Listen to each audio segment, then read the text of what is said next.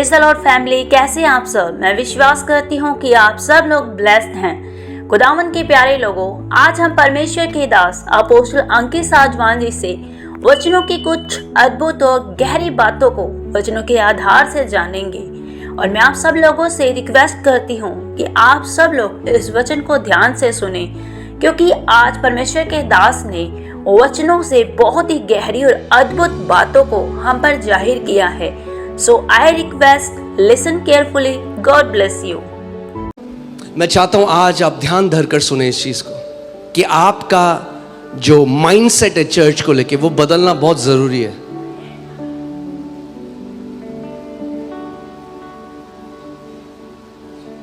एक specific purpose है, एक कारण है जिसकी वजह से हमें प्रभु ने आपको चुन के बाहर निकाला है। वो बुलाए गए लोग हो आप। उसका वचन कहता है तुमने मुझे नहीं चुना, मैंने तुम्हें चुना है और तुम्हें ठहराया है कि तुम बहुत सा फल फलो अपने जीवन में। यानी अगर आपको प्रभु ने नाम लेकर बुलाया है, आप में से हर एक व्यक्ति से वो ये उम्मीद करता है कि आप बहुत फल फलने वाले मसीह होगे।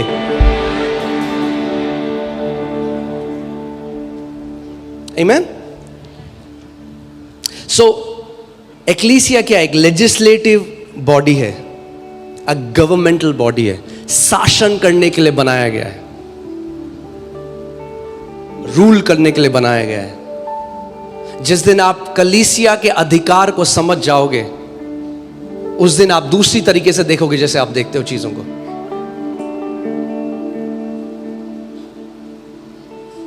मैं आपको एक उदाहरण देता हूं।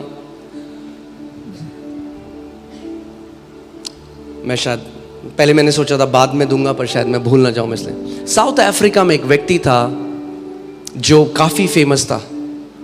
आई विल नॉट से द नेम, मगर वो मीडिया प्रेस में जाके यीशु मसीह का मजाक उड़ाया करता था, बहुत ज्यादा दूसरे विश्वास का था और बहुत समय तक बहुत उल्टा सीधा प्रभु यीशु मसीह के लिए बोलता था। तो कई कलीसियाओं ने उसको लेटर लिखा और बोला ऐसा मत कर, तो क्यों ऐसा करता है, और वो नहीं माना इस बात को, वो करता रहा। तो फिर क्या हुआ, साउथ अफ्रीका में जो सारी कलीसिया के जो अगुए हैं वो मिले और उन्होंने साथ में मिलकर उसको एक लास्ट वार्निंग दी। वो फिर भी नहीं माना और ये साउथ अफ्रीका के न्यूज़पेपर में आया है। उन्होंने न्यूज़पेपर में एक आर्टिकल लिखा इस व्यक्ति के लिए और बोला, we as the body of Christ rebuke this person in the name of Lord Jesus Christ. और अगर इसने पश्चाताप नहीं करा, the judgment of God is coming upon him. उस व्यक्ति ने मजाक उड़ाया। 1 महीने के अंदर this man was struck with paralysis from head to his toe. सर से लेकर पांव तक उसे लकवा मारा। 7 से 8 साल अगर आप उसका वीडियो देखते, वो ऐसा था जैसे वो नरक को देख रहा है। Church is not a joke. आप समझ रहे हैं? कलीसिया जोक नहीं है। कलीसिया को परमेश्वर ने अधिकार दिया है। Heaven backs up every church that has been planted by Lord Jesus Christ of Nazareth. It's a governmental body. आप जानते हैं पौलुस, वो प्रेरित जिसने सुसमाचार, अनुग्रह का सुसमाचार हमें बताया। बाइबल बताती है एक सॉर्सरर था, एक जादू करने वाला था जो सुसमाचार को रोक रहा था। पौलुस ने कहा परमेश्वर का हाथ तेरे ऊपर आ रहा है और तू अंधा हो जाएगा और एक सीजन तक तू नहीं देखेगा। और बाइबल कहती है instantly that man became blind. Obviously मैं आपको ये नहीं दिखा रहा हूं हम श्राप देंगे किसी को। हमें आशीष देने के लिए बुलाया गया है, हमें आशीष देने के लिए रचा गया है। मगर मैं आपको क्या कह रहा हूं, अगर कोई भी परमेश्वर की कलीसिया के विरोध में आता है, वो स्वयं परमेश्वर के विरोध में आता है।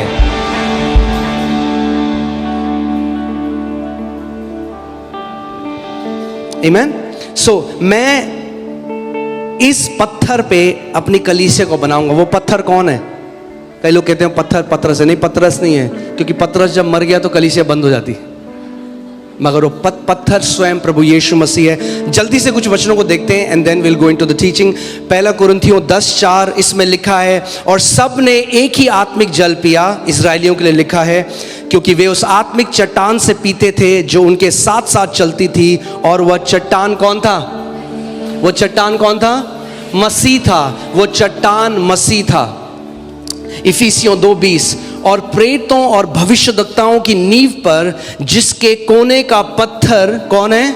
मसीह यीशु स्वयं ही है, बनाए गए हो। ये पत्थर कौन है? स्वयं प्रभु यीशु मसीह है। जिस पत्थर के ऊपर कलीसिया टिकी हुई है, जिस चट्टान के ऊपर कलीसिया टिकी हुई है, वो क्या है?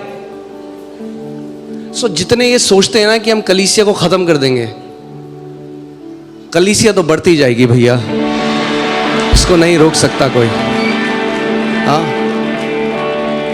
मैं कल वॉलंटियर मीटिंग ले रहा था और मैं उनको भी बता रहा था ये बात, आपको भी बताता हूँ। जब प्रभु यीशु मसीह आए तो उस टाइम सीजर सबसे पावरफुल राजा था, सबसे सामर्थी राजा था। रोम की जो किंगडम था, रोम का जो साम्राज्य था, सबसे पावरफुल था। और फिर परमेश्वर का राज्य प्रकट हुआ रोम में। और आज देखो क्या हुआ है, जिन मसीहों को वो सताते थे, हाँ,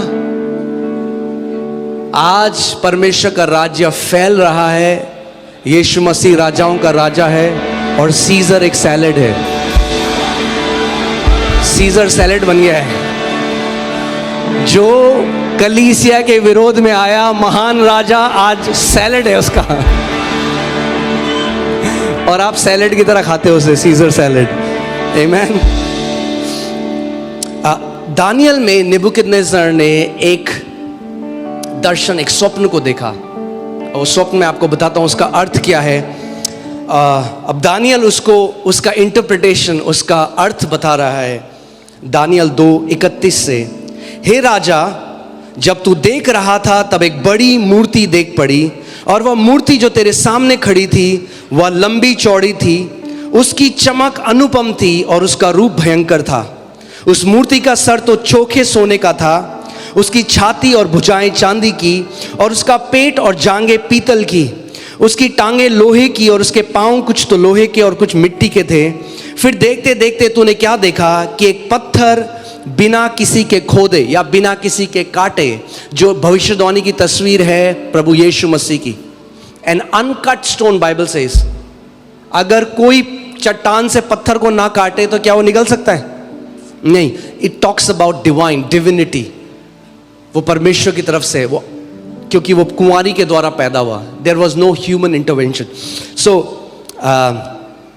एक पत्थर बिना किसी के खोदे आप ही उखड़ कर उस मूर्ति के पांव पर लगकर जो लोहे और मिट्टी के थे उनको चूर चूर कर डाला। तब लोहा, मिट्टी, पीतल, चांदी और सोना भी सब चूर चूर हो गए, और धूप काल के खलिहानों में भूसे के समान हवा से ऐसे उड़ गए कि उनका कहीं पता न रहा। और वह पत्थर जो मूर्ति पर लगा था वह एक बड़ा पहाड़ बनकर सारी पृथ्वी पर फैल गया। हालेलुया। ये जो पत्थर है ये पहाड़ बनता जा रहा है, और ये पूरी पृथ्वी पर फैल जाएगा, और हर एक साम्राज्य इस पत्थर की अधीनता के अंदर आ जाएंगे। आमीन। ये जो आप मूर्ति देखते हैं ये अलग अलग, it represented different dynasties, different kingdoms, the Persian, the Greek, वो जो सारे आप देख रहे हैं। मगर रोम के टाइम में ये पत्थर आया जो प्रभु यीशु मसीह है, और उसके बाद से देख रहे हैं आप क्या हो रहा है, ये पहाड़ बनता जा रहा है। Every other government will come under the government of God. So मैं आपको बताना चाहता हूं, कलीसिया इनविजिबल जो किंगडम है, अदृश्य जो परमेश्वर का राज्य है, उस गवर्नमेंट का जो दिखने वाला पोस्ट है, चौकी है, वो इस पृथ्वी पे, वो पार्लियामेंट है, वो दफ्तर है जो आप इस पृथ्वी पे देख सकते हैं जिसको। आमीन। If I can say it this way, church is the visible representation of the invisible kingdom. Amen. So कई लोग ऐसे हैं जो आज कहते हैं कि अरे हम इंटरनेट में मैं कई चीज़ें देखता हूँ जो दिखने में बहुत पायस और अच्छी लगती हैं, but actually this wisdom is not from God, it's demonic. वो कई लोग लिखते हैं church didn't save me, Jesus did. Absolutely yes, church didn't save you, but you have no idea. एक व्यक्ति जो ये कहता है कलीसिया ने हमें नया जन्म नहीं दिया, यीशु मसीह ने दिया है। जो व्यक्ति, when you see statements like this on internet, it's a very subtle, ये शैतान की तरफ से एक बहुत ही सटल कोशिश है आपके अंदर, आपको रियलाइज भी ना, हल्के हल्के करके कलीसिया के लिए जो आपका सबमिशन है, कलीसिया के लिए जो आपका आदर है, कलीसिया के लिए जो आपका हार्ट है, उसको हल्के हल्के करके तोड़ देना।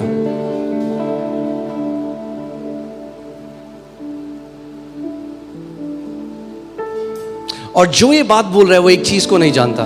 मैं आज आपको एक बात बताना, चलिए मैं आपको वचन से दिखाता हूं। मरकुस 10:7-9। इस कारण मनुष्य अपने माता पिता से अलग होकर अपनी पत्नी के साथ रहेगा और वे दोनों एक तन होंगे। इसीलिए वे अब दो नहीं पर एक तन हैं। अब वो दो नहीं, बोला वो दो नहीं, वो एक तन है। अब वो दो नहीं, वो एक तन है। फिर से बोलो, अब वो दो नहीं, वो एक तन है। मैं आपको कहीं लेके जा रहा हूं, आप समझोगे इस बात को। इसीलिए जिसे परमेश्वर ने जोड़ा है उसे मनुष्य अलग ना करे। इसीलिए वे अब दो नहीं मगर एक हैं। इसीलिए वे अब दो नहीं मगर एक है। जिसे परमेश्वर ने जोड़ा है उसे मनुष्य अलग ना करे। इफिसियों 5:31। इस कारण मनुष्य अपने माता पिता को छोड़कर अपनी पत्नी से मिला रहेगा और वे दोनों एक तन होंगे। कहीं पढ़ा आपने अभी ये जो मत्ती में आपने पढ़ा, पौलुस प्रेरित उसी को रिपीट कर रहा है कि मनुष्य अपने माता पिता को छोड़कर क्या करेगा, अपनी पत्नी से मिला रहेगा और वे दोनों क्या होंगे, एक तन होंगे। और जिसे परमेश्वर ने जोड़ा है उसे मनुष्य अलग ना करे। अब यहां पे देखिए, यह भेद तो बड़ा है पर मैं यहां मसीह और कलीसिया के विषय में कहता हूं, वे अब दो नहीं मगर एक तन है। और जिसे परमेश्वर ने जोड़ा है उसे मनुष्य अलग ना करे। You can not separate church from Jesus. आप कलीसिया को मसीह से अलग नहीं कर सकते। हर एक शिक्षा जो ये सिखाती है वो डिमोनिक है, शैतान की तरफ से। कितने लोग मेरी बात को समझ रहे हैं?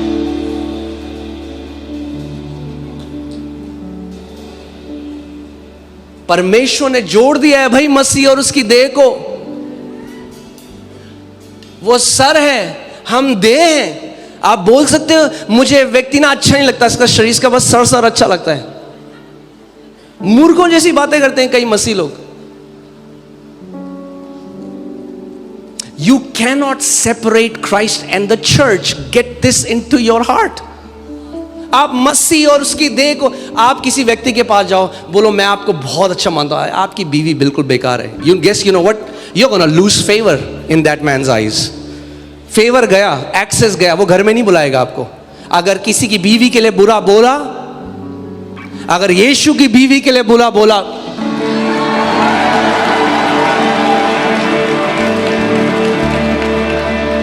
as you are protective about your wife, कोई आपकी वाइफ की बेइज्जती कर दे, आप सहोगे नहीं कभी। Jesus is protective about his bride। इसीलिए मैं आपको बता रहा हूं, कितने ऐसे मसीह हैं जो उनका टाइम, उनका पास टाइम पता क्या है, बैठ के बुराइयां करना कलीसिया में लोगों की। आप देखोगे उनके जीवन में जीरो फेवर है, जीरो फल देख लो उनके जीवन में, फेवर नहीं है, फेवरलेस मसीह हैं वो। क्यों? क्योंकि मसीह की देह को कोस रहे हैं और ये नहीं जानते आप देह को कोस रहे हो तो आप सर को भी कोस रहे हो। क्योंकि अब वे दो नहीं परंतु एक हैं, और जिसको परमेश्वर ने जोड़ा है उसको मनुष्य अलग ना करे। पौलुस हमें आगे बता रहा है ये भेद है, ये मसीह और उसकी कलीसिया के लिए लिखा गया है। वो कहता है मैं भेद की बात बता रहा हूं तुम्हें, ये भेद है, ये प्रकाशन है। जब आप इस रेवलेशन को समझ जाओगे,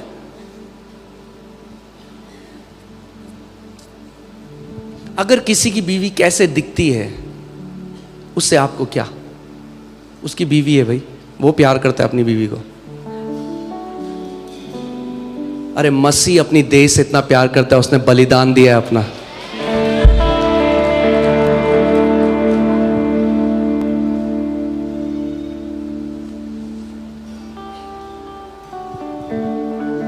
आमीन।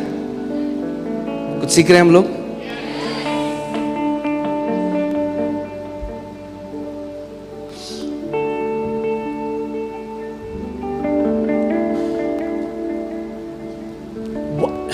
शैतान एक बात जानता है, वो ना बहुत ही बुद्धिमान है। 6000 साल से मनुष्य को वो पढ़ रहा है, वो एक स्वर्गदूत है गिराया हुआ।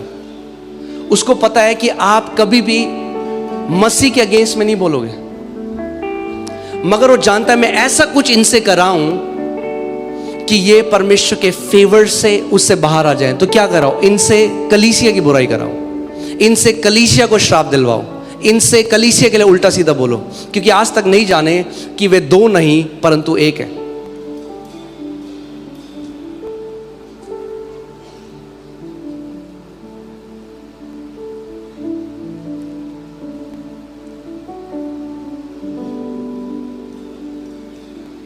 मैं बता रहा हूं यहां पे, मैं चेंज कर दूंगा अपनी थियोलॉजी ओपनली। यहां से मैं माफी मांगूंगा। मुझे एक मसीह दिखा दो जो कलीसिया नहीं जाता, घर पे बैठता है और उसके जीवन में फल है, किसी चर्च में सबमिटेड नहीं है। ज्ञानी होगा यूट्यूब वीडियो देख के, ज्ञान की बात नहीं कर रहा हूं मैं फलों की बात कर रहा हूं। गोल ज्ञान अर्पण करना नहीं है, गोल परमेश्वर के घर पे रोपे जाके बढ़ना है। बाइबल कहती है जो परमेश्वर के भवन में रोपे गए हैं वे फलवंत होते हैं। अब आप डिसाइड करो, आपको एक बड़ा पेड़ बनना है या आपको एक गमले में लगा हुआ एक पौधा बनना है। कई मसीह ऐसे हैं जो दे आर ट्राइंग आउट, पूरी जिंदगी दे आर ट्राइंग आउट। अरे कपड़े थोड़ना है उसकी कलीसिया। गमले में ये मोबिलिटी है, आप गमले को कहीं भी रख दो, आज सीपी ले जाओ, कल को रोहिणी ले जाओ, कल को कहीं भी ले जाओ, पर गमला बढ़ नहीं सकता, एक लेवल तक बढ़ेगा। मगर एक पेड़ जो जमीन में रोपा गया है और उसकी जड़ नीचे जाती रहती हैं, बढ़ता जाता है, वो पेड़ एक महान पेड़ बन जाता है। बाइबल कहती है जिसकी छांव में हजारों पक्षियां आके बसेरा करते हैं।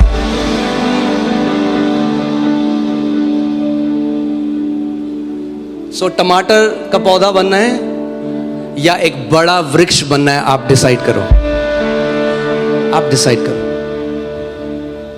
जो परमेश्वर के भवन में रोपे गए हैं, not potted plants. Amen. So can you put that scripture? But इससे पहले मैं आपको एक जगह ले जाना चाहता हूं। प्रेतों कार्य 2:47 प्रेतों कार्य 2:47।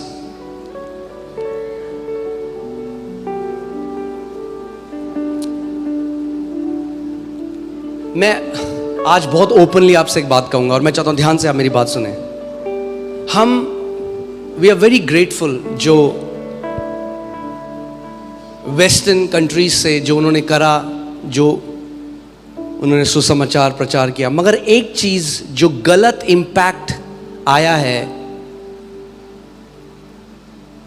जो एक वेस्टर्न गॉस्पेल से आया है, वो ये है कि जो वेस्टर्न देश है ना, वहां पे they have very individualistic mindset. यानी मैं और मेरा परमेश्वर, that's not the kingdom of God. परमेश्वर का राज्य ऐसा नहीं है। The kingdom culture is not an individualistic culture, it's not. Yeshu Masih ने क्या बोला? हम क्या हैं? कौन से जानवर के साथ हमारी तुलना करी? हाँ, भेड़। क्या होता है जब एक भेड़ अकेली हो?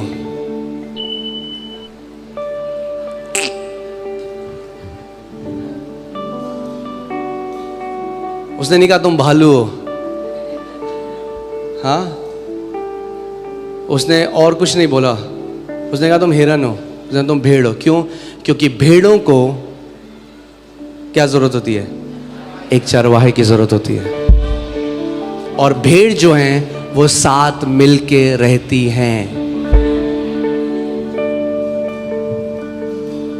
ओके, सो प्रेरितों के कार्य 2:47। और परमेश्वर की स्तुति करते और सब लोग उनसे प्रसन्न थे, और जो उद्धार पाते थे उनको प्रभु प्रतिदिन उनमें मिला देता था। नाउ हिंदी बाइबल में इसका इस्तेमाल नहीं किया गया, but let's see that in English, कि जो लोग उद्धार पा रहे थे उनके साथ क्या हो रहा था। English Bible says they were added, put the English version, they were added daily to the church. कहां मिल रहे थे वो लोग?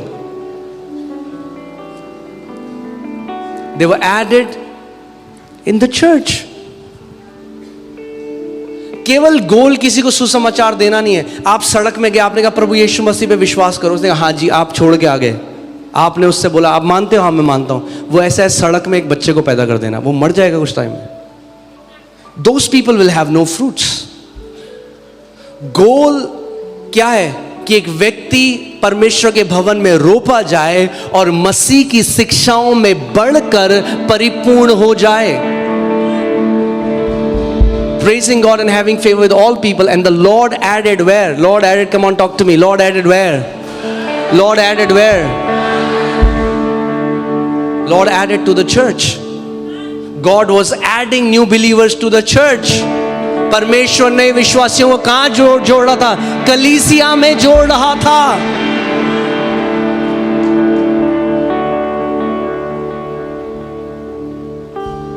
Amen?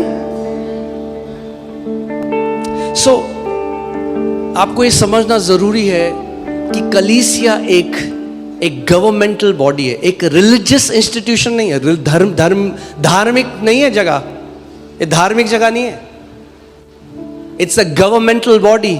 ये मसीह की गवर्नमेंट का स्तंभ है, ये मसीह की गवर्नमेंट का स्वरूप है। एक स्वर्ग में गवर्नमेंट है जिससे सारी दूसरी गवर्नमेंट आई हैं, और कलीसिया उस गवर्नमेंट का रिफ्लेक्शन है। It's a governmental body. Amen. और अगर गवर्नमेंट है तो एक प्रॉपर ऑर्डर है, प्रॉपर सिस्टम है जिससे कलीसिया चलती है।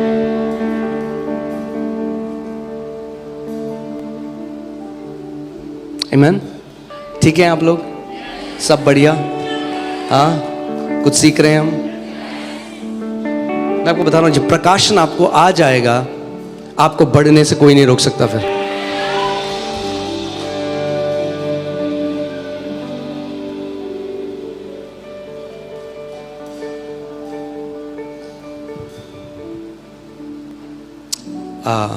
पहला कुरिन्थियों 12:28 लगाइए। 1 Corinthians 12:28. God has a proper order in His church. और परमेश्वर ने, किसने?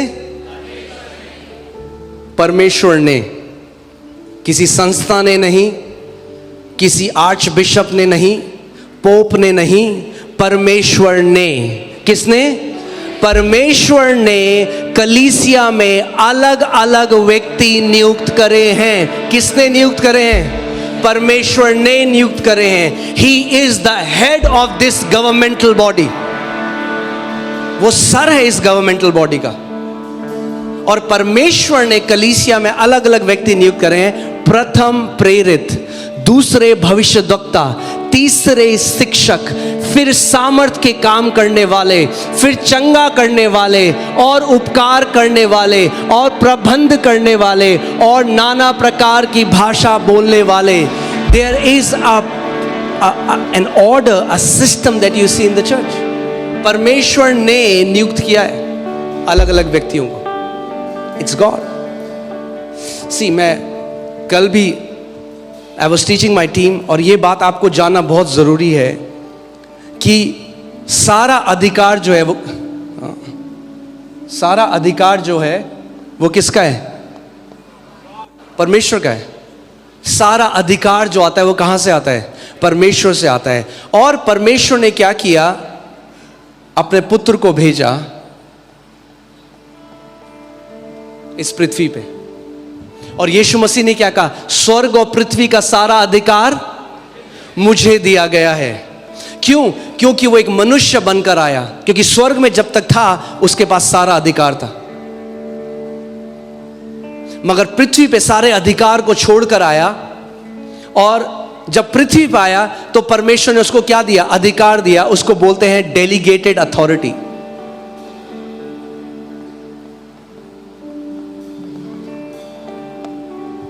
यानी जो अधिकार है उसको डेलीगेट किया गया, मसीह को दे दिया परमेश्वर ने सारा स्वर्ग और पृथ्वी का अधिकार. और फिर यीशु मसीह ने क्या किया? यीशु मसीह ने चेलों को चुना, 12 अपोस्टल्स को चुना, और बाद में औरों को भी चुना, और उनको भेजा. और उनको लूका 9:1 में बोला कि मैं तुम्हें अधिकार देता हूं दुष्ट आत्माओं को निकालने का, बीमारों को चंगा करने का.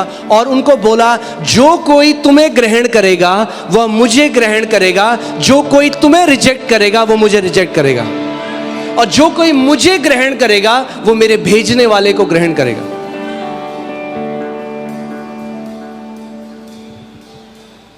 आमीन.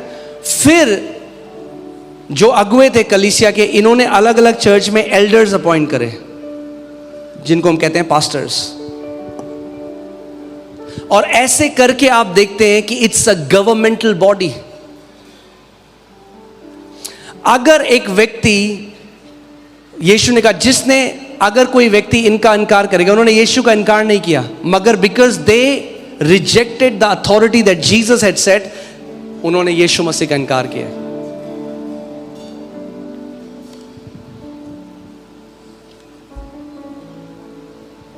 कितने लोगों को बात समझ में आ रही है मेरी? आपकी ब्लेसिंग कलीसिया में जुड़ी हुई है.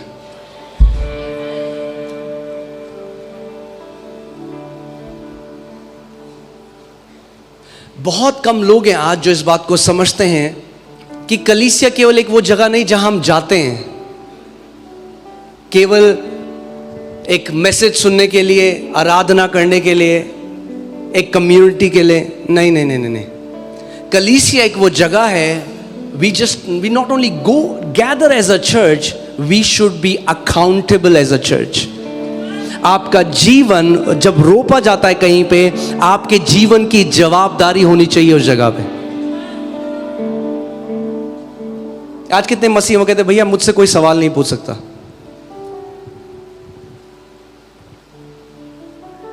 People don't like to be accountable. But that's not what church is for. अगर आप किसी घर में रोपे गए हैं, बोए गए हैं, तो आप अकाउंटेबल भी होंगे.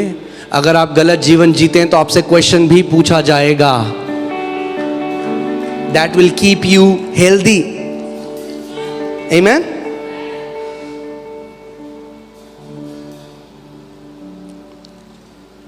Romeo 13:1. Romeo 13:1.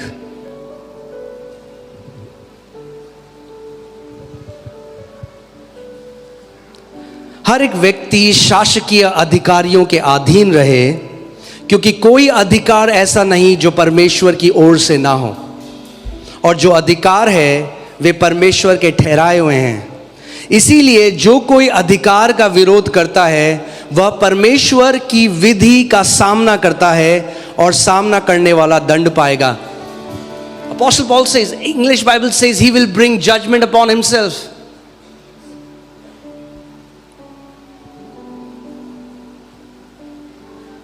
Thank you for this pin drop silence. हाँ, कुछ सीख रहे हैं हम.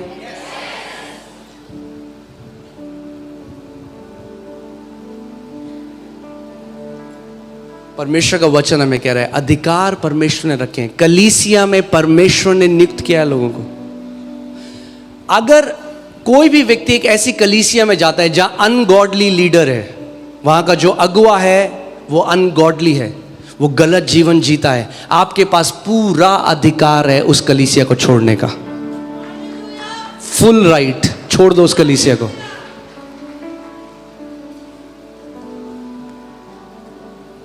या दूसरा, अगर कोई लोग हैं जो सच में बढ़ना चाहते हैं मगर उनकी स्पिरिचुअल ग्रोथ एक जगह में रुक जाती है और उनका जो अगुवा है उनको नहीं वो भोजन देता जो उनको बढ़ाता है, उनको ज्ञान और शिक्षा में नहीं, तो परमेश्वर ही उनको वहां से ले जाता है। क्योंकि भेड़ किसी चरवाहे की नहीं है, यीशु मसीह की है। हाँ, आज भी सर वही है, चीफ शेपर्ड यीशु मसीह है। उसे दिखेगा कि मेरी अगर एक भेड़ है, बिल्कुल हड्डियां दिख रही हैं इसकी आत्मा में, ऐसे हो रखी है, तो कहेगा मैं इसको उस जगह भेजूंगा जहां हरी हरी चराइयां हैं, जहां इसको अच्छा आत्मिक भोजन मिलेगा और जहां ये और बढ़ेगी। एक बार एक पास्टर हैं, उनको फोन आया किसी और पास्टर का, उन्होंने कहा तू भेड़ चोर है, तूने मेरी भेड़ें चुरा ली। उसने कहा पास्टर जी मैं भेड़ चोर नहीं हूं, आपकी भेड़ मेरी घास की चोरी कर रही है, क्योंकि मैं तो घास अपनी भूमि पे लगा रहा हूं, आपकी भेड़ मेरी भूमि में आ रही है घास खाने के लिए।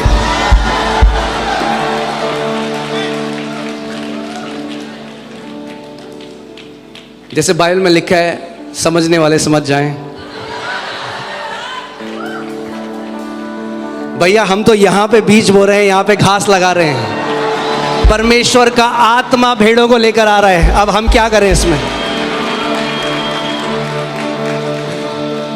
मगर मैं आपको बता रहा हूं, अगर डिजायर, देखिए अगर किसी में डिजायर नहीं है, वो ईसाई बनकर खुश है तो फिर ठीक है, मगर अगर कोई बढ़ना चाहता है और वो प्रार्थना करता है, परमेश्वर का आत्मा उनको वहां ले जाएगा जहां हरी चराइयां हैं, जहां आत्मा और सच्चाई से वे बढ़ेंगे। आप यिर्मयाह 3:15 लगाइए, यिर्मयाह 3:15। I want to show you something. बहुत ज़रूरी है कि हम लोग कलीसिया के महत्व को समझ लें। और मैं आज इसलिए आपसे ये बात नहीं कह रहा हूं क्योंकि मैं आज इस कलीसिया का अगुवा हूं, नहीं, मैं जब से मैंने नया जन्म पाया, I have always honoured greatly church. क्या क्या कह रहा है परमेश्वर, मैं तुम्हें अपने मन के अनुकूल चरवाहे दूंगा जो ज्ञान और बुद्धि से तुम्हें चराएंगे। जो शिक्षा देने वाला अगुआ है, उसकी मेन कॉलिंग हाउस विजिटिंग नहीं है किसी के घर जाके। जब प्रेरितों के कार्य में आप पढ़ते हैं कि वहां पे एक इश्यू हुआ, कुछ विधवाएं थी जिनको खाना नहीं मिल रहा था, तो प्रेरित तो जो थे उन्होंने कहा हम वचन और प्रार्थना की सेवकाई को छोड़कर, ये सही नहीं है कि हम बाकी चीज़ों में हम लोग बिजी हो जाएं और वचन और प्रार्थना ना करें, क्योंकि मेन काम क्या है, एक व्यक्ति जो अगुआ लेकर आता है वो है आपके लिए वचन लेकर आता है।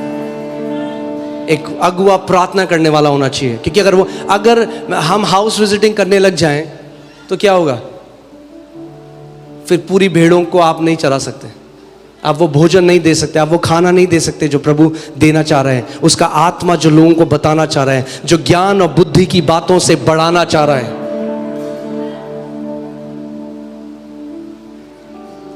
आमीन। और आगे बताता हूं उन पास्टर ने क्या बोला। आप देखते हो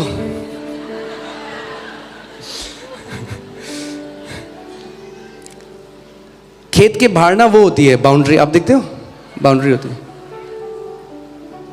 तो इन पास्टर ने उनको कहा कि आपकी भीड़ जब आई थी ना, मैंने तो फेंस लगा रखे हैं, मेरे खेत के बाहर फेंस थे, मगर आपकी भीड़ इतनी पतली कि सीधे अंदर आ गई। मगर यहाँ जब उसको खाना मिला और आत्मा में बढ़ने लगी तो मोटी हो गई, बाहर जाने की कोशिश करी तो जा ही नहीं पा रही है।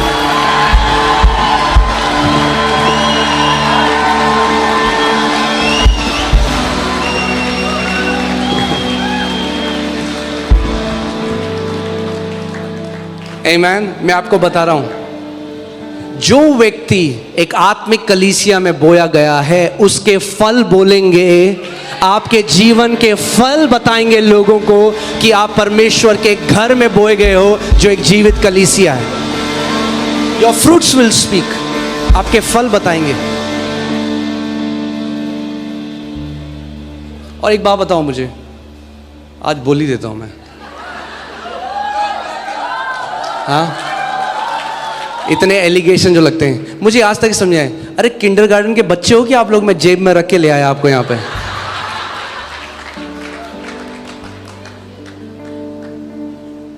हाँ, कई पास्टर सोचते हैं कि लोग अनइंटेलिजेंट है, कोई भी उन्हें भ्रम लेके रहा। अरे नहीं, लोगों में बुद्धि है।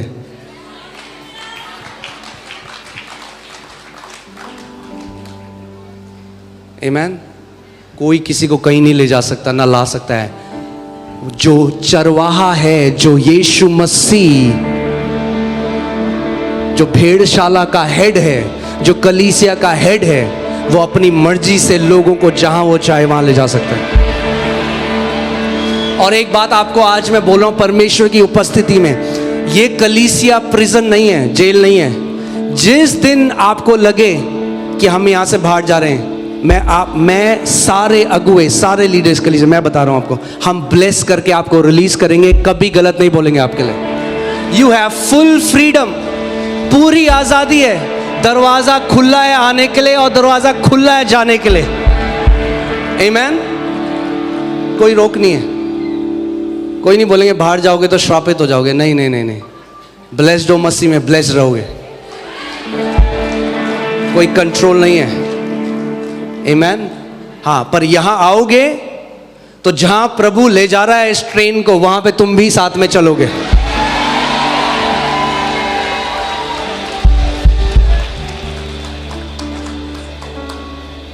आमेन। साथ में सहभागी होगे, बट नो कंट्रोल, कोई कंट्रोल नहीं है।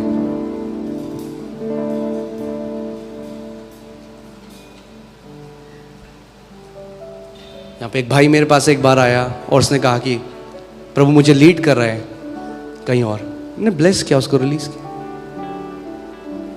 जेल छोड़ना है? अरे तेरी भेड़ मेरी भेड़,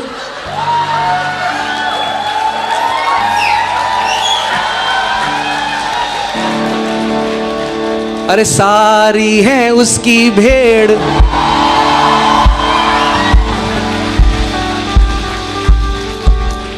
सब उसकी भेड़ है।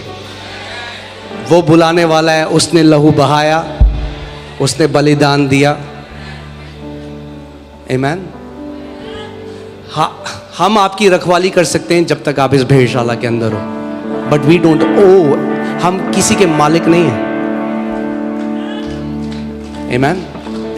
उसकी भेड़ है। और प्रभु ने एक दिन मुझे सिखाया, मैं आपको बताता हूँ। उसने कहा मेरे बेटे, जैसे मैंने तुझे उदारता के बारे में सिखाया है कि जब कोई व्यक्ति उदार हो जाता है, जेनरस हो जाता है पैसों के मामले में, कहता है दो तो तुम्हें दिया जाएगा।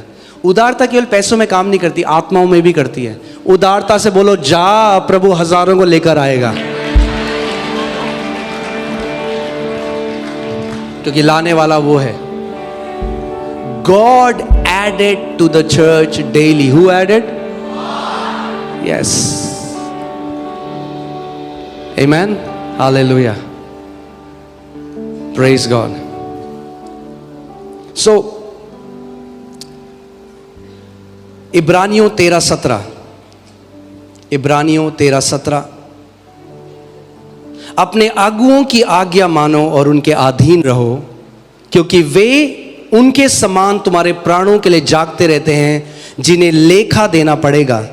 वे काम आनंद से करें, न ठंडी सांसें ले लेकर, न ठंडी सांसें ले लेकर। पता है आपको, कुछ मसीह ऐसे होते हैं ना जो पास्टरों से ठंडी सांसें निकाल देते हैं।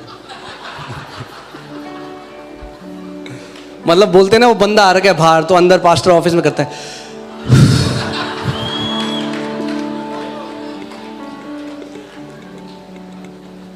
तो ऐसे ना बने, क्योंकि अगर ऐसे 50 लोग आगे कलीसिया में तो पास्टर बाल नोच लेगा अपने।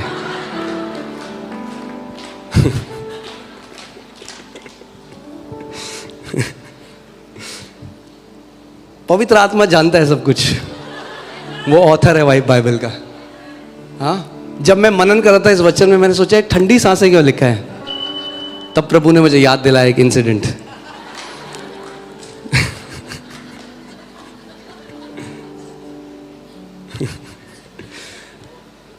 मैं आज कन्फेशन करना चाहता हूँ एक आप सबसे। हाँ ठीक है, मतलब अपना दिल ईमानदारी के साथ बांट रहा हूँ। कुछ लोग हैं जिनके लिए मैंने घुटनों पे आके प्रार्थना करी, प्रभु ने कहीं और ले जाओ।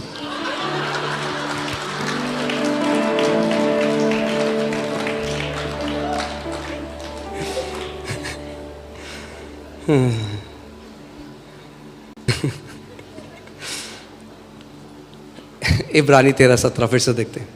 अपने अगुओं की आज्ञा मानो और उनके अधीन रहो, क्योंकि वे उनके समान तुम्हारे प्राणों के लिए जागते रहते हैं, जिन्हें लेखा देना पड़ेगा। आप जानते हैं, मैं प्रभु के सामने बता रहा हूँ, कितनी बार ऐसा हुआ है जब प्रभु ने मुझे उठाया रात को और घुटनों पे भी मैं आया, क्योंकि प्रभु ने मुझे बताया कि कोई व्यक्ति है कलीसिया में जिसकी जान को खतरा था।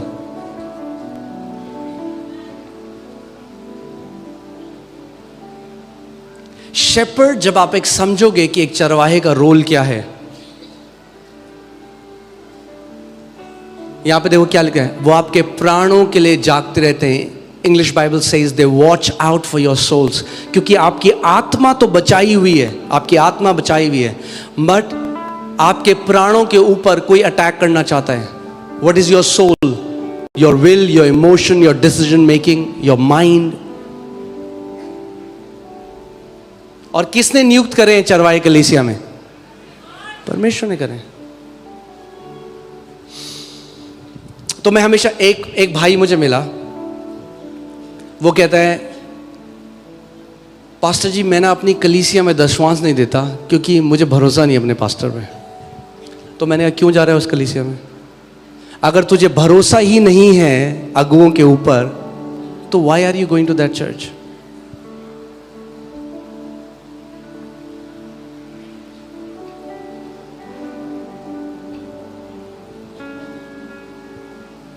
मैं आपको बता रहा हूं, अगर ये चीज आपके अंदर नहीं है कि इस कलीसिया में जो अगुवे हैं वे परमेश्वर ने नियुक्त करे हैं, तो आप टाइम पास कर रहे हो यहां आके। You will get nothing out of this church, you are wasting your time, क्योंकि वो पहली नींव है।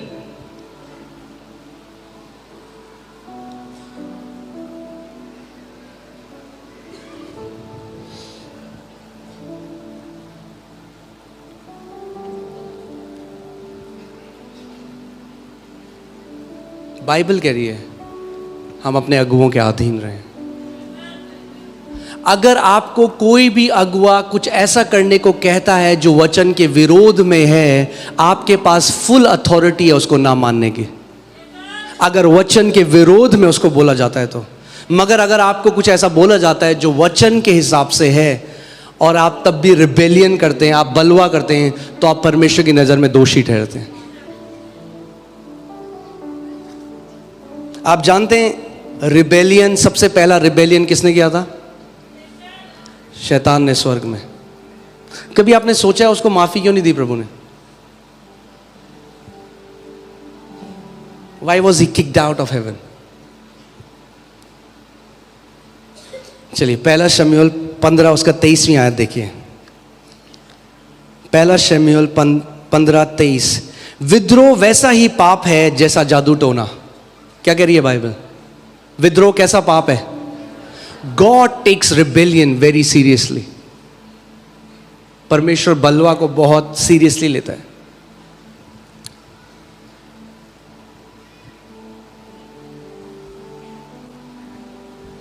परमेश्वर का वचन में बताता है कि हम सब अलग अलग अंग हैं, हम देह के अलग अलग हिस्से हैं।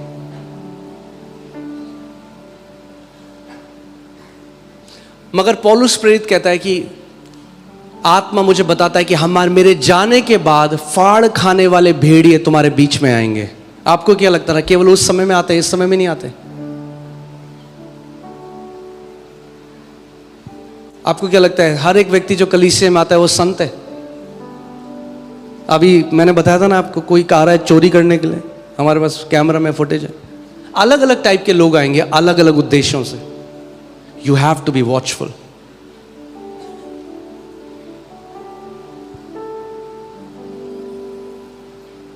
और कई लोग ऐसे हैं जिनको सेटन प्लांट करता है।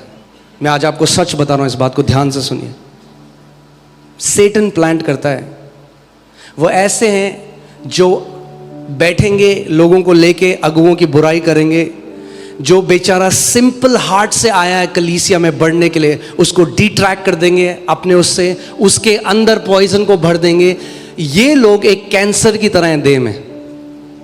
आप जानते हैं कैंसर क्या करता है?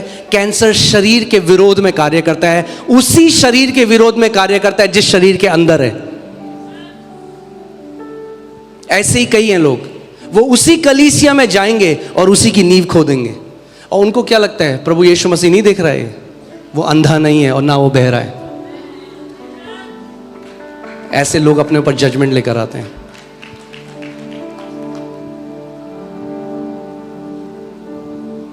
कैंसर नर्वस सिस्टम की बात नहीं मानता, वो बाकी किसी की बात नहीं करता, कहता मैं ही मैं हूं।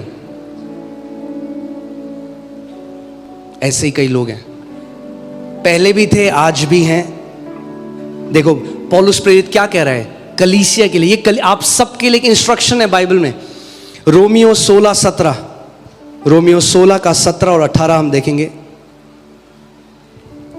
प्रिय भाई बहनों, मेरी तुमसे विशेष विनती है। पौलुस प्रेरित विनती कर रहा है कलीसिया से, मेरी तुमसे विशेष विनती है कि उन पर विशेष ध्यान दो जो तुम्हारे बीच फूट डालते तथा तुम्हें दी गई शिक्षा के मार्ग में बाधा उत्पन्न करते रहते हैं। उनसे क्या करो?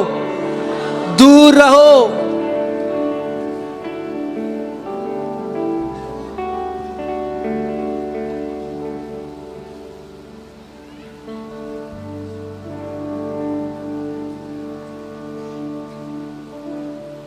यहाँ पे एक लेडी आ रही थी, वो जितने न्यू कमर्स हैं उनके पास जाती थी, यहीं पे रेगुलरली आती थी हर संडे, और न्यू कमर्स के पास आके जाके बोलती नहीं यहाँ मत आओ, दूसरे चर्च का एड्रेस देती थी और यहाँ आती थी हर संडे। जब मुझे पता चला मैं उनके पास गया, मैंने कहा प्लीज़ आप जाइए यहाँ से, क्योंकि आप शैतान का काम कर रहे हैं। हम सारी कलीसियाओं का आदर करते हैं, मगर हम अपनी जगह में अपने लोगों को सिखा रहे हैं, हम किसी और के पास नहीं जा रहे हैं। आप यहां पर आके अगर कोई व्यक्ति ऐसे काम करता है, English Bible says mark such people, mark कर दो उन्हें, नोट कर दो उन्हें। ये व्यक्ति है जो कलीसिया को तोड़ना चाहता है, ये व्यक्ति है जो कलीसिया के अंदर फूट डालना चाहता है। मगर ऐसे लोग एक चीज नहीं समझते, वो ये नहीं समझते कि यीशु मसीह अंधा नहीं है ना वो बहरा है। वो सारी बातें जो पर्दे के पीछे होती हैं, वो देख रहा है कि एक चरवाहा पर्दे के पीछे रो रहा है कलीसिया के लिए, और वहीं वो देख रहा है कि कुछ लोग गुट बना के उसके विरोध में बात कर रहे हैं या कलीसिया। अरे वो अंधा नहीं है, वो सब देख रहा है।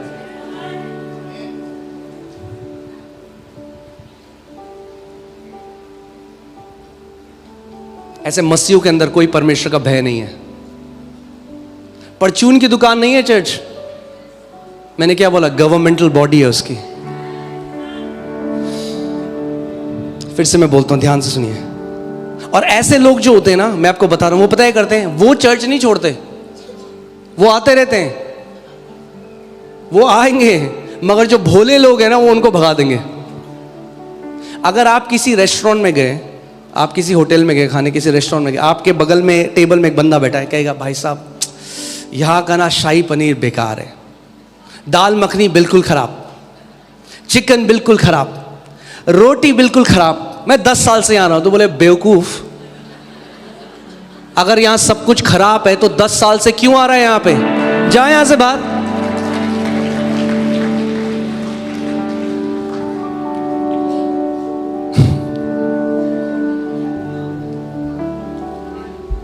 फ्लो,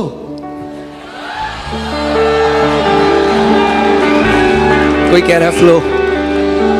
देखो मैं फ्लो तो कर लूंगा, मगर वो फ्लो झेल लोगे आप लोग?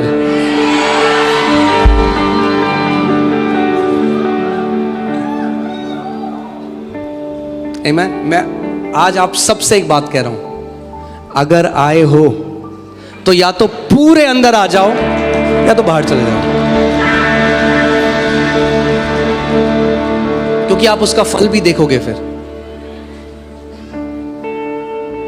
जो प्लांटेड होता है कलीसिया में, जो रोपा जाता है, वो फल फलता है। चलिए फिर से एक काम करते हैं, दोबारा साथ मिलकर पढ़ते हैं, ठीक है?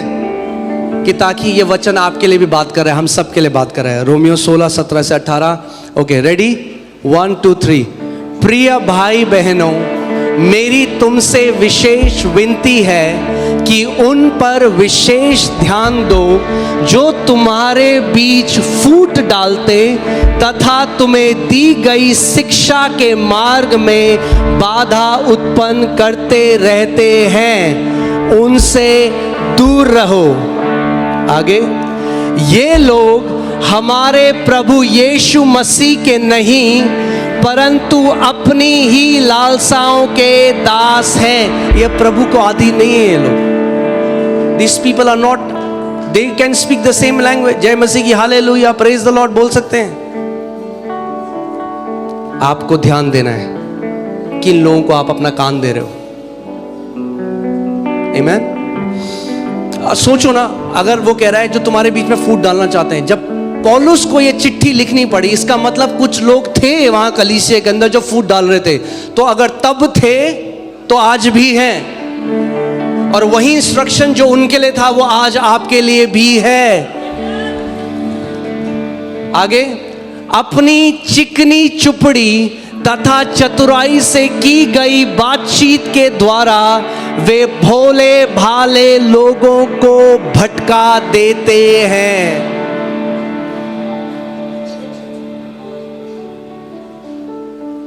सो भोले, डोंट बी सो भोले। Beware as you watch out. Amen. भोले, केवल मत खाओ छोले। ध्यान धरो कि कौन आपके कान में क्या डालने की कोशिश कर रहा है, कौन आपके कान में रिबेलियन डालने की कोशिश कर रहा है, कौन आपके कान में गलत फूट डालने की कोशिश कर रहा है। आमीन। ऐसे कैंसर से दूर रहो।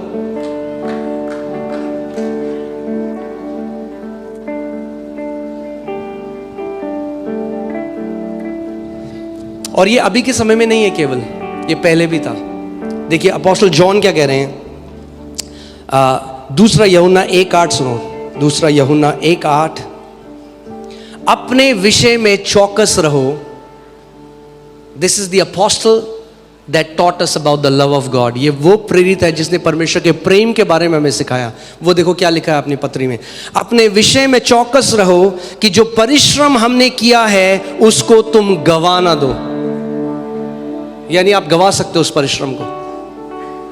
कह रहे हमने परिश्रम किया आपके लिए, परिश्रम जो हमने किया है उसको तुम गवा ना दो, वरन उसका पूरा क्या करो, प्रतिफल पाओ। अब 8वीं आयत में आप 10वीं आयत में आइए, देखिए क्या लिखा है। यदि कोई तुम्हारे पास आए और यही शिक्षा ना दे, उसे ना तो घर में आने दो और ना नमस्कार करो।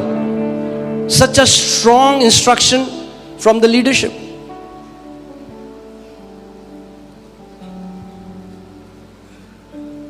उसे ना तो घर में आने दो और ना नमस्कार करो, क्योंकि जो कोई ऐसे जन को नमस्कार करता है वो उसके बुरे कामों में साझी होता है।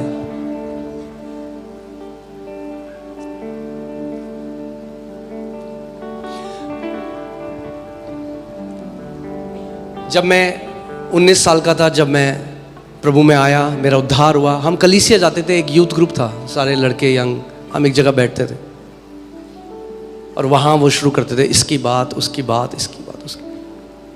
और प्रभु ने एक दिन मुझे कहा, सारे मुझे छोड़ के चले जाएंगे, तुम मुझे छोड़ के मत जाना। उस दिन फिर संडे को मैंने उन सब से अलग बैठने लगा, आगे वचन सुनने के लिए। वो लोग आज भी उस चाय की टपरी में बैठ के आज भी वही बातें कर रहे हैं, वही गॉसिप कर रहे हैं, उनके जीवन आज भी वैसा है। मैं परमेश्वर का धन्यवाद देता हूं कि मैंने ऐसे लोगों से अपने आप को डिस्कनेक्ट किया।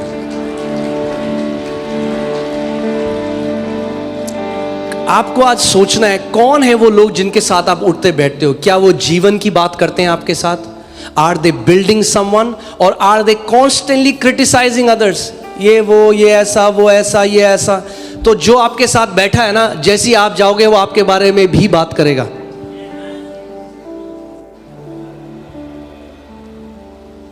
हमें परमेश्वर ने बिल्डर होने के लिए बुलाया है, टू बिल्ड गॉड्स हाउस। परमेश्वर के भवन को बनाने वाले बनना है हमें। बाइबल कहती है blessed are the peace makers, धन्य हैं वे जो मेल मिलाप कराने वाले हैं, क्योंकि वे परमेश्वर के पुत्र कहलाएंगे। अगर मेल मिलाप कराने वाले परमेश्वर के पुत्र कहलाएंगे तो फिर घर को तोड़ने वाले क्या कहलाएंगे? हाँ, शैतान के बच्चे।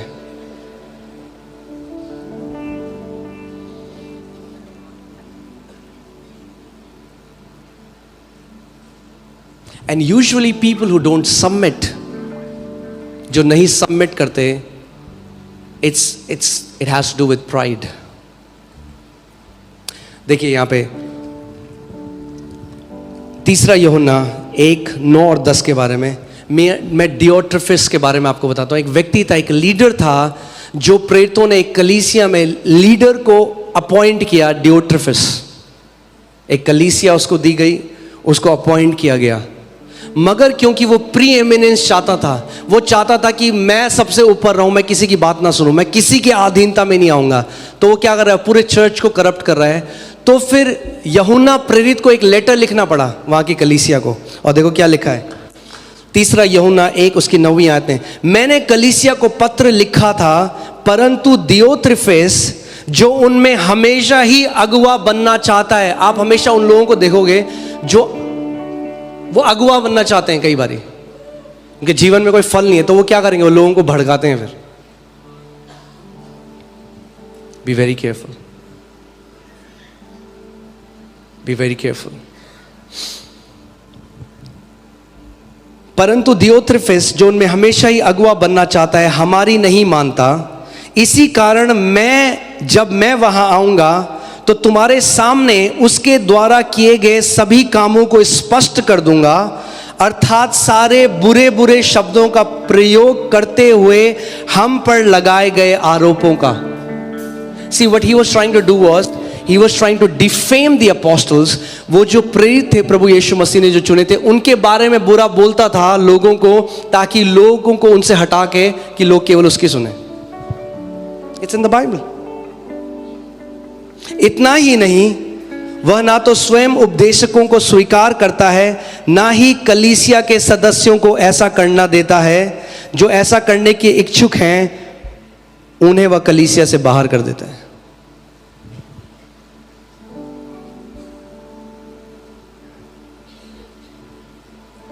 ओके,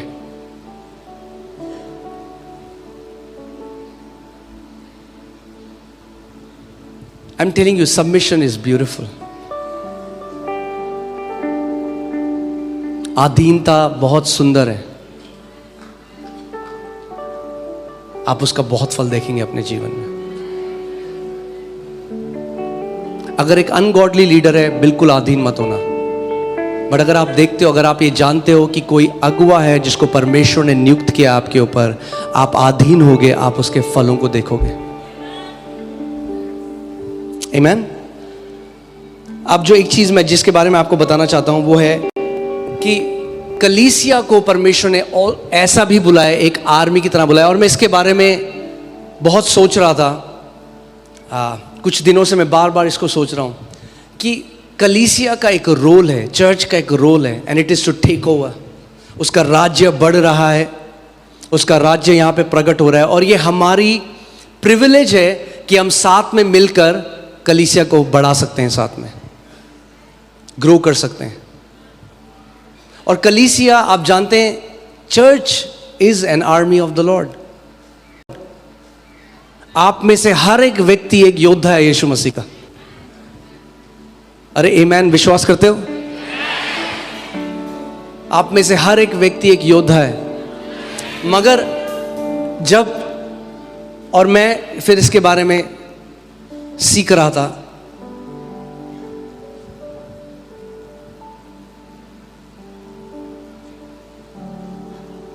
कि कैसे आर्मी फंक्शन करती है, how do they take over, how do they function. Because कलीसिया को ये सीखना बहुत जरूरी है. It's called army of the Lord. Bible में कई जगह में इसके बारे में लिखा हो गया है. और आप जानते हैं, मैं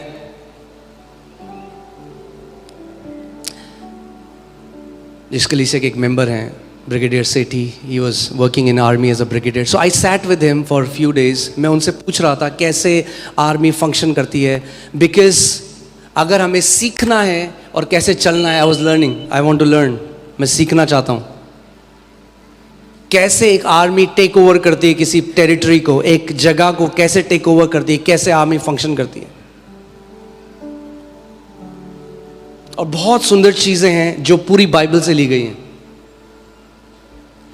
आप जानते हैं, आर्मी में अगर कोई व्यक्ति है और आपका कमांडिंग ऑफिसर अगर कोई है और उसकी एज आपसे कम है, उससे एज का कोई लेना देना नहीं है. चर्च में कई लोग इस बात को नहीं समझे. जब पहले कलीसिया थी, हम लोग बढ़ रहे थे, कई लोग मेरे पास आते थे, अरे आप बड़े जवान हो. मैंने क्या करूं फिर, डाई करके वाइट कर दूं बाल? मैं जवान नहीं हूं, आप कार्नल हो. क्योंकि आप अनॉइंटिंग को एज से तोल रहे हो. अभिषेक का उम्र से कोई लेना देना नहीं है. हाँ, सुनिए आपने मेरी बात. अभिषेक का उम्र से कोई लेना देना नहीं है.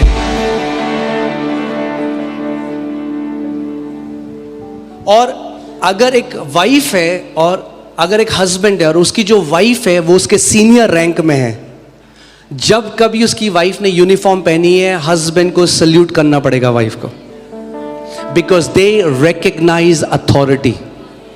वो क्या करते हैं, वो अथॉरिटी को रिकग्नाइज करते हैं. आर्मी, कलीसिया ने आज तक ये नहीं सीखा है. Put Hebrews 13:17 in the amplified version. और अगर कोई बेटा है और उसका पिता है और बेटा इज द कमांडिंग ऑफिसर या हायर रैंक में, तो पिता को भी अपने बेटे को सल्यूट करना पड़ेगा जब उसने आर्मी की यूनिफॉर्म पहनी है. देखिए क्या लिखा है, obey your spiritual leaders and submit to them, recognizing their authority over you.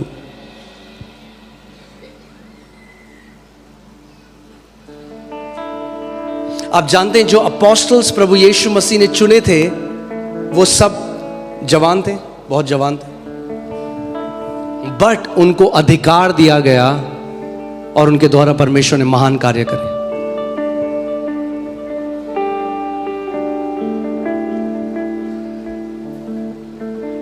The day we'll get this revelation कि कलीसिया एक गवर्नमेंटल बॉडी और परमेश्वर बैक करता है उसको. और जब एक व्यक्ति सही हृदय से कलीसिया में आता है, नम्रता के साथ अपने आप को अधीनता में रखता है, ग्रो करता है, आप उनके फ्रूट्स देखना. You'll see how they'll flourish, how they'll prosper, how they will grow in every area. Her area में वो लोग बढ़ते जाएंगे.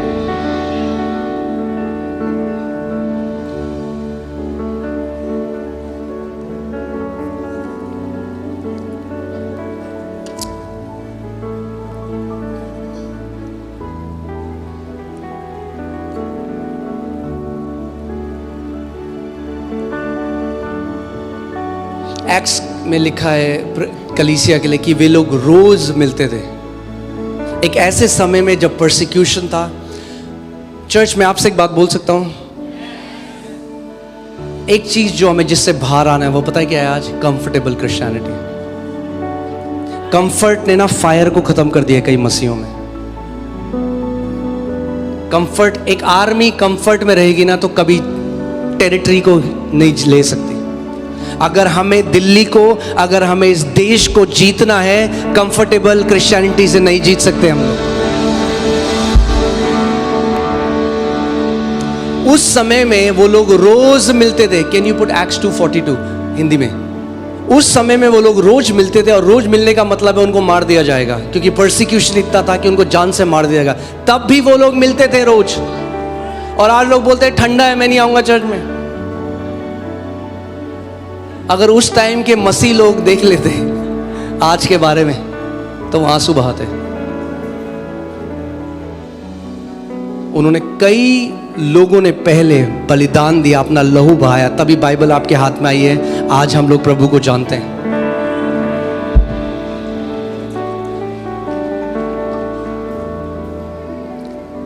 देखिए क्या लिखा है, 41 से लगाइए। अतः जिन्होंने उसका वचन ग्रहण किया उन्होंने बपतिस्मा लिया और उसी दिन 3000 मनुष्यों के लगभग उनमें मिल गए। 42 और वे प्रेरितों से शिक्षा पाने और संगति रखने और रोटी तोड़ने और प्रार्थना करने में लौलीन रहे। इंग्लिश बाइबल से they devoted themselves to apostles doctrine. एक प्रॉपर ऑर्डर आप वहां पे देखेंगे। कलीसिया प्रॉपरली मिल रही थी। They were functioning in a proper system, in a proper order. एक कमिटमेंट आज हम करते हैं। मैंने आपको पहले बोला था 2025 में ऐसे नहीं जाना है।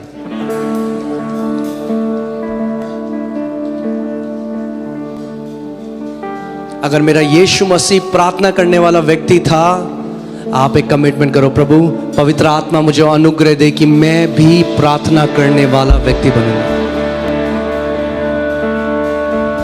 आप जानते कलीसिया को प्रभु यीशु मसीह ने क्या कहा? मेरा पिता का घर क्या है? प्रार्थना का घर है। Jesus calls the church house of prayer. ये प्रार्थना का घर है। आमीन। अभी ये साल जैसा निकल गया कोई बात नहीं, but next year let's make a commitment. We are gonna press on. हम लोग पूरे हियाव से, पूरे जुनून से मसीह की तरफ बढ़ते जाएंगे। एक बलिदान स्वरूप जीवन परमेश्वर के लिए जिएंगे। और आप अनुग्रह मांगोगे, परमेश्वर आपकी मदद करेगा।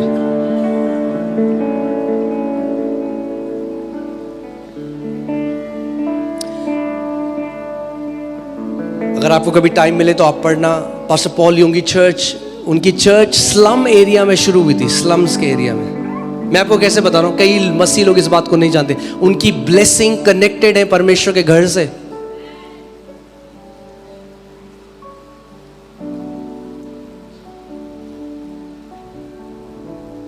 हमें अकेले जीवन जीने के लिए नहीं बुलाया गया है, हमें एक मकसद के साथ बुलाया गया है। कई मसीह लोग कंज्यूमर माइंडसेट के साथ आते हैं कलीसिया में। आप जानते हैं कंज्यूमर माइंडसेट क्या है? सर्व मी, मेरी सेवा करो। They come as consumers. No.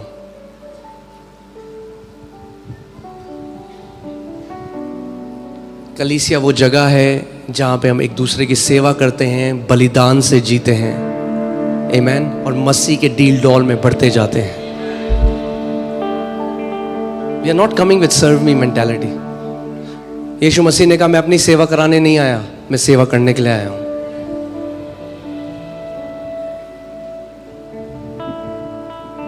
कितने लोग हैं बेचारे कैफे में अगर थोड़ा टाइम मिल जाए वो चिड़िल चलाने लग जाते हैं लोगों पे। अरे वो भी वॉलंटियर हैं आपकी तरह, उनको सैलरी नहीं मिल रही चर्च की तरफ से, वो सेवा कर रहे हैं आपकी तरह।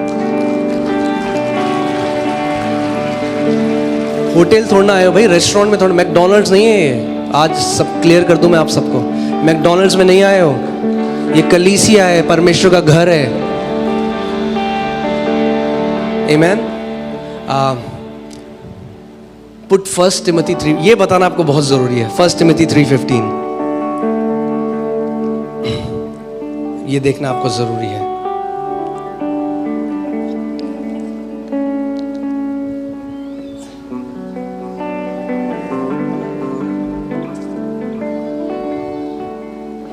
क्योंकि मैंने आपको क्या बोला, मैं अगर एक चरवाहा हूं, मैं आपको सच बता रहा हूं, हम आपसे बहुत प्यार करते हैं। हम चाहते हैं कि आप अगर यहां आ रहे हैं, आप आत्मा में डील डॉल में बढ़ें। मगर एक चीज मैं आपको क्लियर कर देता हूं कि सच सच की तरह ही बोला जाएगा।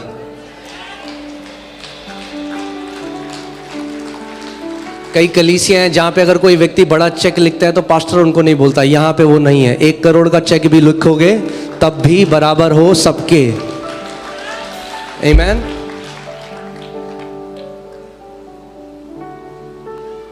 मैं आपको क्यों ये बता रहा हूं, मैं आपको सच बता रहा हूं, कई मसीह ऐसे हैं जिनको नहीं पता कलीसिया में कैसा बर्ताव करना है।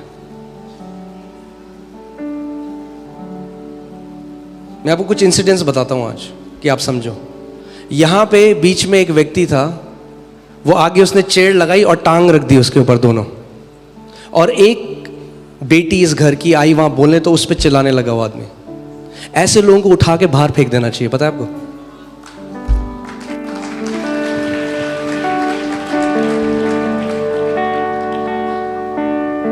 कहां आए हो भाई, कहां आए हो? क्रिकेट मैच चल रहा है यहां पे।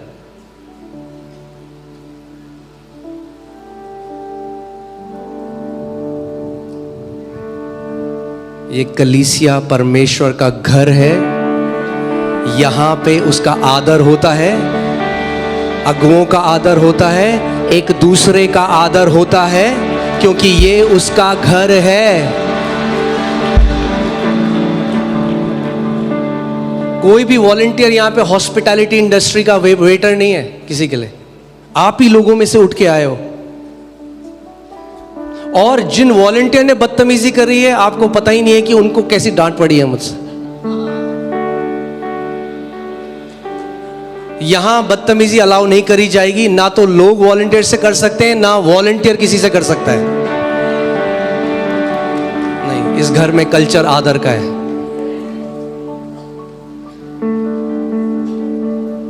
आमेन।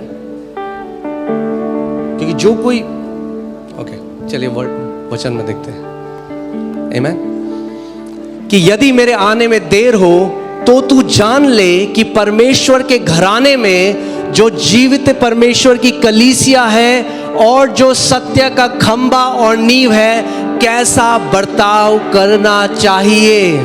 यानी कई लोगों को नहीं पता कलीसिया में जब एकत्रित होते हैं तो कैसा बर्ताव करना चाहिए।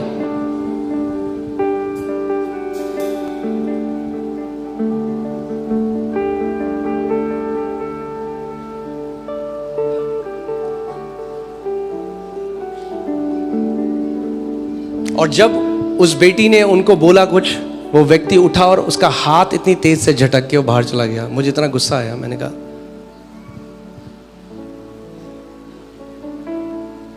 मैं आपको क्या कह रहा हूं, कई भेड़िए ऐसे भी आएंगे, मगर आपको एक दूसरे की रखवाली करनी है। आप परिवार हो। अगर आपकी बेटी के साथ कोई ऐसा करेगा, आप कभी अलाउ करोगे? कभी अलाउ नहीं करोगे।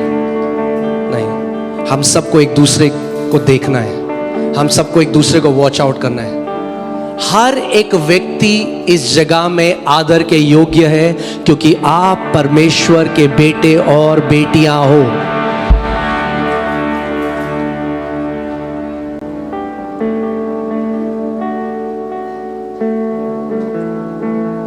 आपको दिखता है कोई किसी के साथ बदतमीजी कर रहा है, किसी बेटी के साथ, आप सबको खड़ा हो जाना चाहिए चारों ओर, because that is not allowed.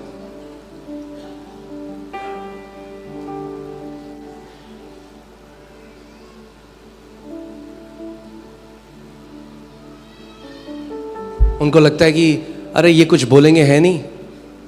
प्रभु यीशु मसीह ने बोला है कोई तुम्हारे गाल पे मारे तो दूसरा गाल कर दो। हम तो कुछ नहीं बोलेंगे, मगर सिक्योरिटी वालों को बाहर से हायर करा गया, वो मसीह नहीं है, उनको पूरी छूट है।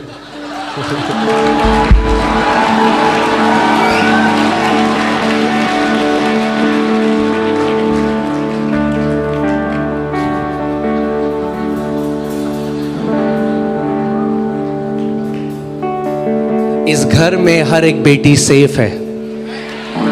आपने सुना मैंने क्या कहा? इस घर की हर एक बेटी सेफ है, क्योंकि वो प्रभु की बेटी है।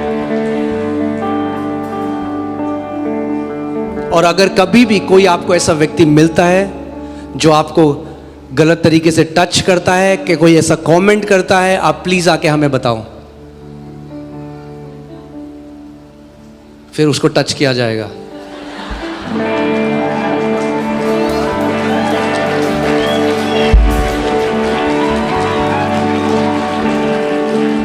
और मैं वो नहीं कह रहा हूं जैसे कहते हैं होली स्पिरिट का टच, मैं उस टच की बात नहीं कर रहा हूं।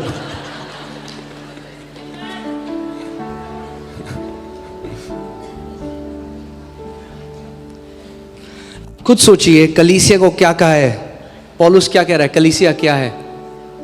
सत्य का खंबा है। आप देख रहे हैं खंबे क्या कर रहे हैं आप, ये देखिए पिलर्स जो हैं ये क्या कर रहे हैं। अगर ये पिलर तोड़ दें, हमारा भी मन था अरे अरे पिलर व्यू ब्लॉक कर रहे हैं, हटा दो इन पिलर को। क्या होगा अगर हमने पिलर हटा दिए तो? छत नीचे आ जाएगी।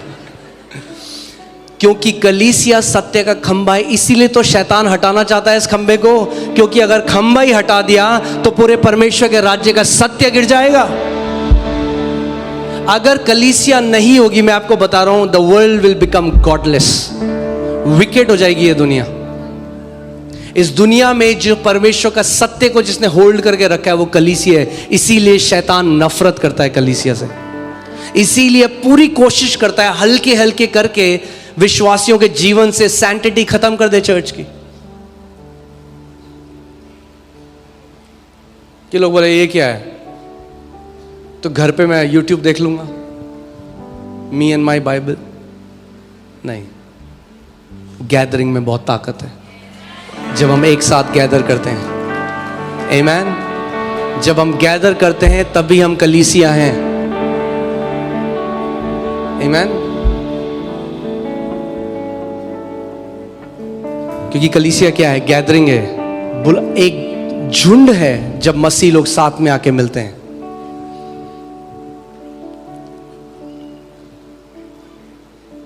जैसे earthly armies they fight physical battles, church engages in spiritual warfare। और मैं आज आपको बता रहा हूं, आप अगर कलीसिया में रोपे गए हैं, आप सेफ हैं। क्या हैं आप सेफ हैं। शैतान टच नहीं कर सकता आपको इजीली। अभी भी लोग हैं यहाँ पे जो लगातार प्रार्थना करते हैं, मगर अगले साल से we are gonna have dedicated teams praying every day for every member of the church. हर दिन टीम्स होंगी जो सारे मेंबर है कलीसिया के लिए, उनके लिए प्रार्थना करती रहेंगी।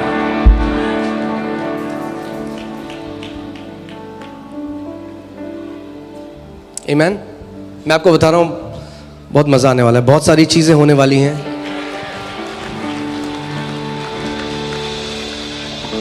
हम बहुत जल्दी एक्सेस कार्ड्स देंगे जो मेंबर्स हैं, हम मेंबरशिप शुरू करेंगे बहुत जल्दी।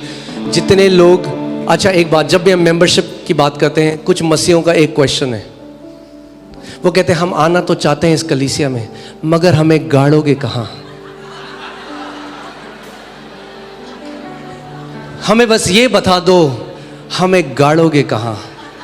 तो आज आपको बताना चाहता हूं मैं, गुड न्यूज़ है कि गाड़ने की जगह मिल चुकी है। अब क्वेश्चन आपसे ये है, बताओ कब गाड़ना है?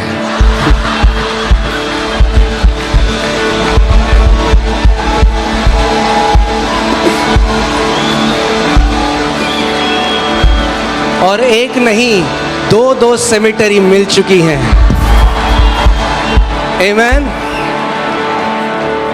सो जब आप तैयार हो, हम तैयार हैं, मगर इतनी जल्दी जाने नहीं देंगे आपको।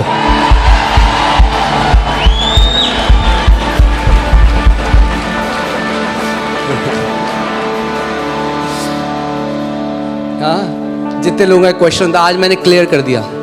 सारे न्यू कमर्स में सारे हमारी टीम मेरे पास आके पूछती है, एक ही क्वेश्चन होता है उनका, आप बताओ हमें गाड़ोगे कहां पे?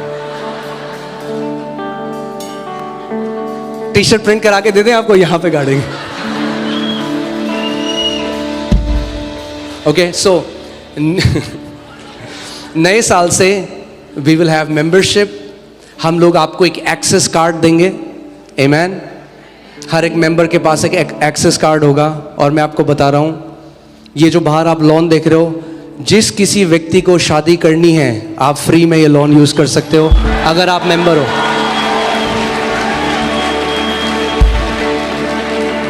अगर आप मेंबर हो, आपको किसी बैंक्वेट हॉल को फालतू पैसे देने की जरूरत नहीं है। अपनी कलीसिया में जो जगह है उसका इस्तेमाल करें। आमीन। मगर ध्यान से सुनो, ये विजिटर्स के लिए नहीं कर सकते हम। आप ध्यान से सुनिए, परमेश्वर फिर से लगाइए हिब्रूज 13:17।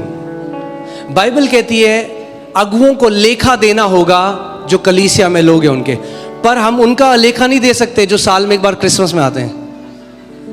प्रभु कहेगा वो कहाँ है? मैं कहूँगा प्रभु पता नहीं कहाँ है। So hear this, we are only accountable to those who are accountable to us.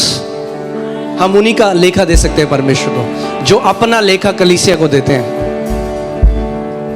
आमीन। देखिए क्या लिखा है, अपने अगुओं की आज्ञा मानो, उनके अधीन रहो, क्योंकि वो उनके समान तुम्हारे प्राणों के लिए जागते रहे, जिन्हें लेखा देना पड़ेगा। तो परमेश्वर भी अन्यायी नहीं है, वो उन्हीं लोगों का लेखा लेगा हमसे जो इस कलीसिया में रोपे गए थे।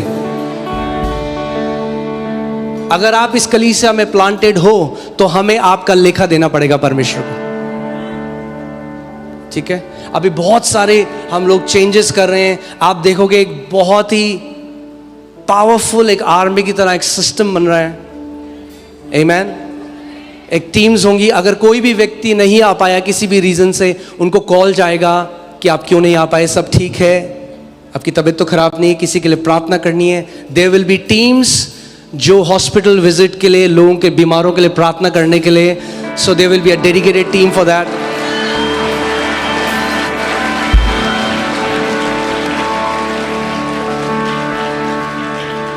आमीन।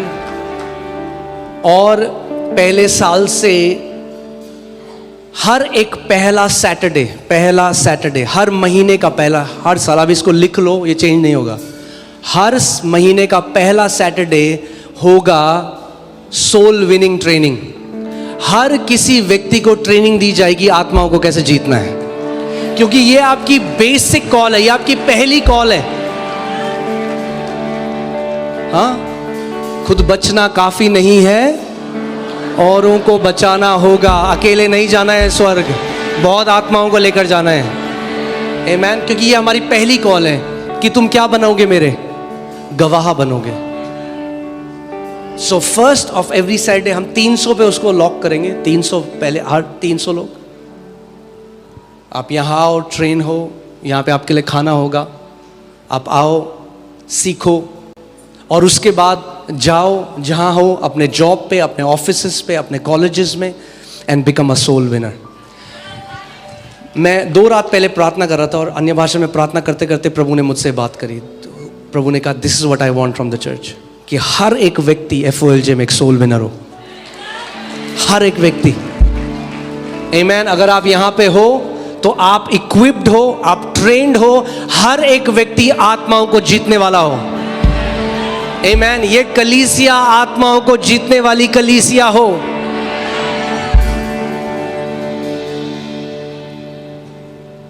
आमीन। Every second Saturday will be a fasting prayer every month without fail. Second Saturday कई लोगों का ऑफ होता है, आप आओ, वो दिन यहाँ पे बिताओ, साथ में उपवास रखो, प्रार्थना करो, गेट इक्विप्ड। आप 2 तरह का जीवन जी सकते हो, या तो आप एक्सेसरी हो किंगडम में, हाँ, कई मसीह दिखाने के हैं। एक्सेसरी आपको पता है ना, एक अगर नकली गन है वो दिखाने की गन है, असली गन नहीं है। तो या तो हम एक्सेसरी की तरह जिएंगे, या तो हम सच में एक आत्मा से भरे हुए मसीह होंगे जो परमेश्वर के लिए बड़े बड़े कामों को करता है। So every first Saturday soul winning training, come get train. आपको हम लोग उदाहरण देंगे। उन्होंने कई ऐसे लोग हैं जो एक व्यक्ति ने कई अपने एरिया में परिवारों को जीत लिया मसीह में। आमीन। और आपको केवल डिजायर करना है। अभी तो हम एक बूंद देख रहे हैं दिल्ली की, अभी तो पूरे दिल्ली को बचना काफी है।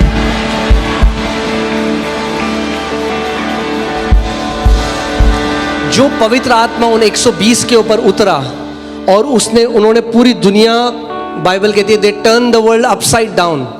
हाँ, दुनिया में उन्होंने हिला दिया दुनिया को, 120 ने। वही पवित्र आत्मा आपने भी पाया है।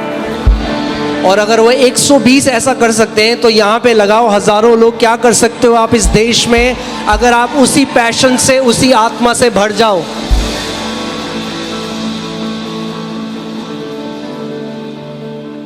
Hallelujah. Worship team can you come. कलीसिया सत्य का नींव और खंबा है। कलीसिया हमें जानना है महत्व की क्या है, कलीसिया का महत्व क्या है। ये बदलना बहुत जरूरी। कई बार लोग बोलते हैं अच्छा मैं वहां जाता हूं, मैं एफओएलजे जाता हूं। नहीं, इट शुड चेंज। मैं वहां जाता नहीं हूं, मैं वहां रोपा गया हूं, मैं वहां प्लांट किया गया हूं। और किसी इंसान ने नहीं, परमेश्वर ने मुझे रोपा है उस जगह में, कि ताकि मैं बहुत फल को फलने वाला हो सकूं। मैं आपको बता रहा हूं, आप में से कई लोगों को अभी आइडिया भी नहीं है जो बुलाहट परमेश्वर ने इस घर के लिए रखी है। आप आगे आने वाले समय में देखोगे जो महान कार्य प्रभु ने रखा है। मगर आज इनविटेशन है आप में से हर किसी के लिए। अगर आप साथ में जुड़ना चाहते हो, काम बहुत बड़ा है।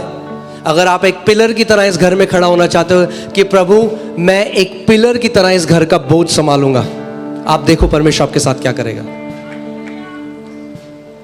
एक ब्लेस्ड कलीसिया वो है जहां पे हर एक व्यक्ति जानता है कि मेरा भी एक उत्तरदायित्व है कलीसिया में। आमीन। आपकी एक जिम्मेदारी है। अगर आप इस परिवार का हिस्सा हो, अगर आप शरीर का अंग हो, तो आपकी एक जिम्मेदारी है।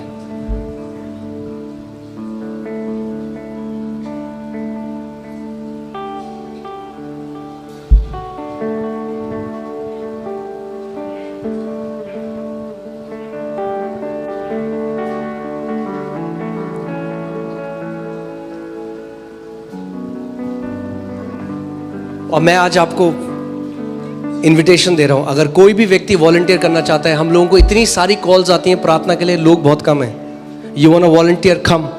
वीकडेज के बीच में आओ, मंडे को छुट्टी होती है, ट्यूसडे से सैटरडे के बीच में आओ। आप प्रार्थना कर सकते हो लोगों के लिए। वॉलंटियर करो। आप हफ्ते के बीच में आ सकते हो, जब बीमार लोगों के पास टीम जाती है उनके लिए प्रार्थना करने। आप बीमार लोगों को विजिट कर सकते हो।